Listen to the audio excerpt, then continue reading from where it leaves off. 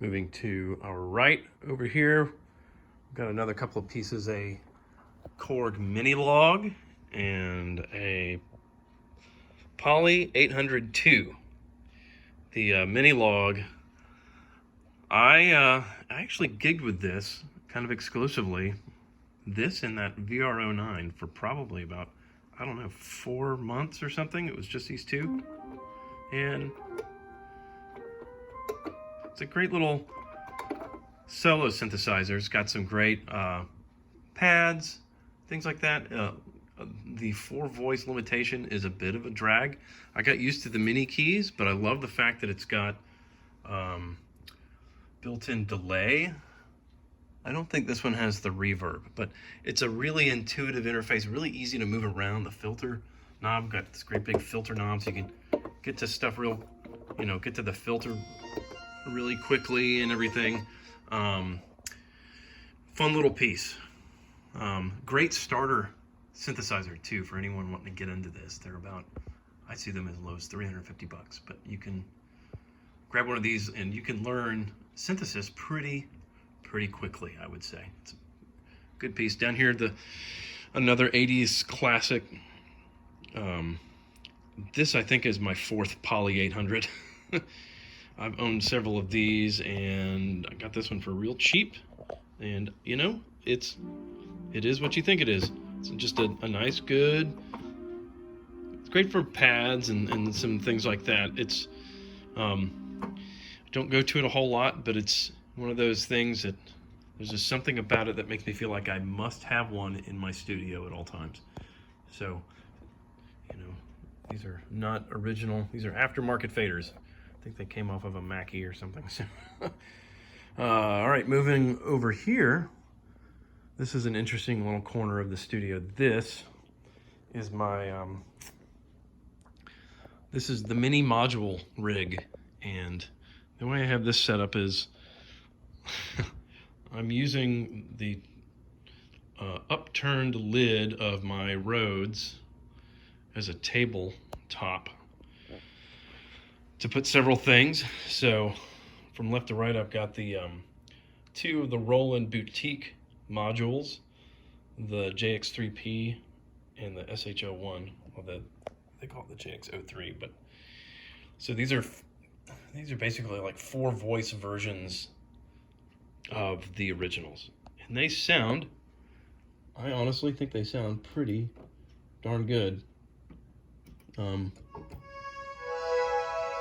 This one has the that classic Roland chorus that kind of makes everything sound good. I'm really impressed with the sound. I mean, it's only 4-voice, but it's not too bad. And so down below it, we have the SH01, and it sounds pretty good too.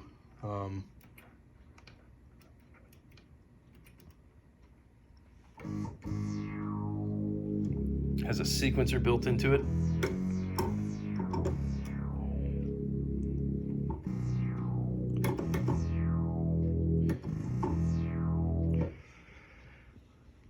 See, moving over here, we've got Moog Mother 32. This thing is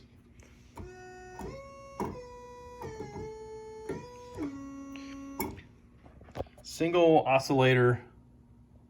I guess they're selling it as a modular, semi-modular unit. I'm not sure technically what the designation is, but this thing sounds really cool.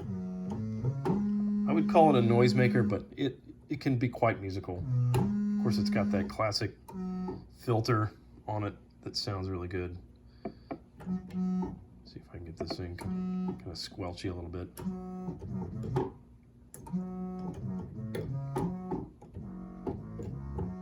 It's got a great little sequencer here, and you can actually play it from these little.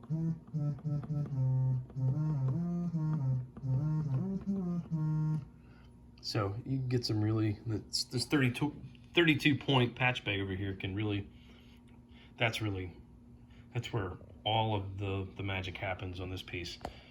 I also have below it the Model D by Behringer, which is really something to behold. That thing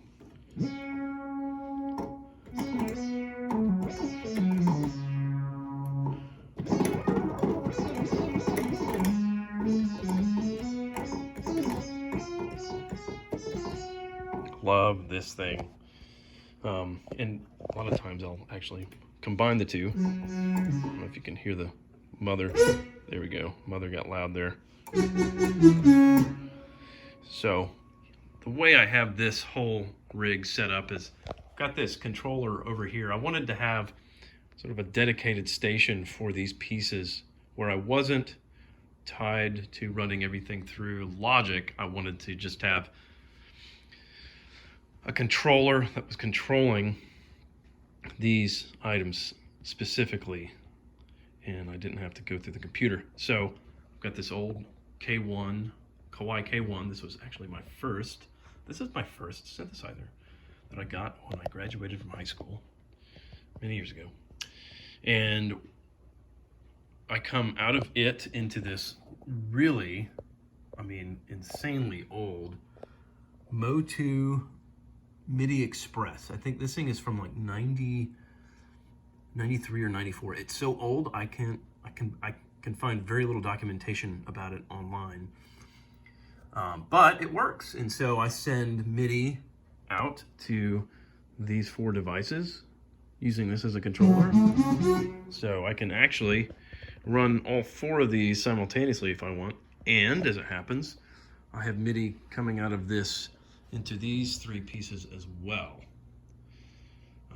I also have set it up in the studio to send MIDI from Logic to really everything else that is MIDI compliant in the studio. So I can send it over there to the Prophet and the Moog and the SY, the BK, all that stuff. And actually for the routing over here, I'll come over here to the rack. I'm sending MIDI out from a couple of different devices. This MIDI Sport 4x4, and where's the other one? The MIDI, this is an older MIDI Express. Actually has USB though. That other one over here on the other side doesn't. So that's how that works. One other piece I wanted to show you over here though was this little Korg SQ1.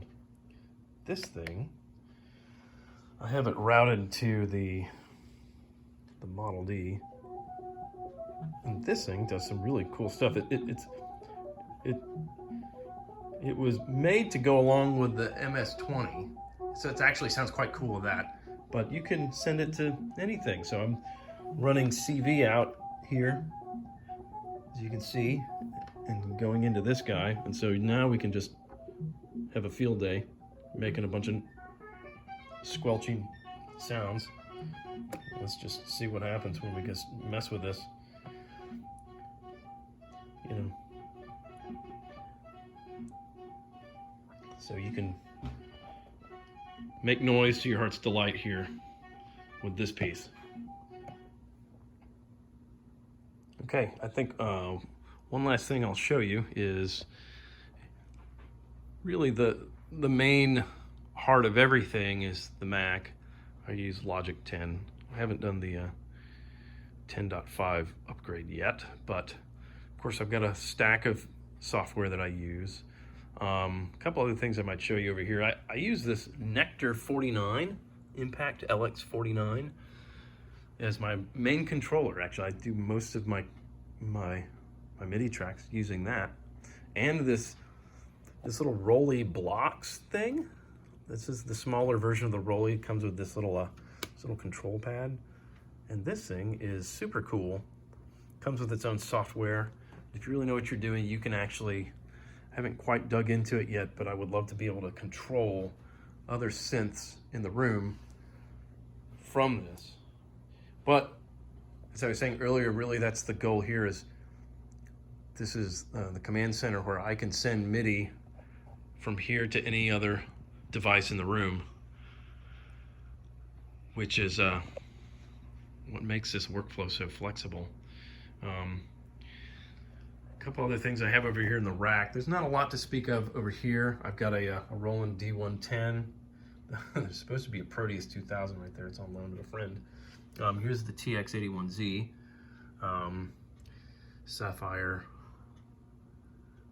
Sapphire Pro is my interface at the moment. Got the Art MPA and Pro VLA down there.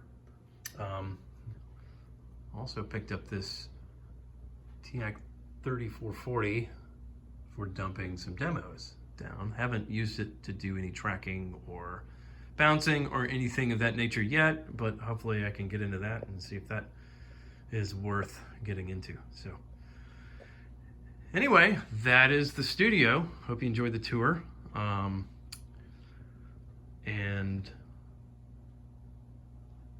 yeah, that's it. Hope you enjoyed it.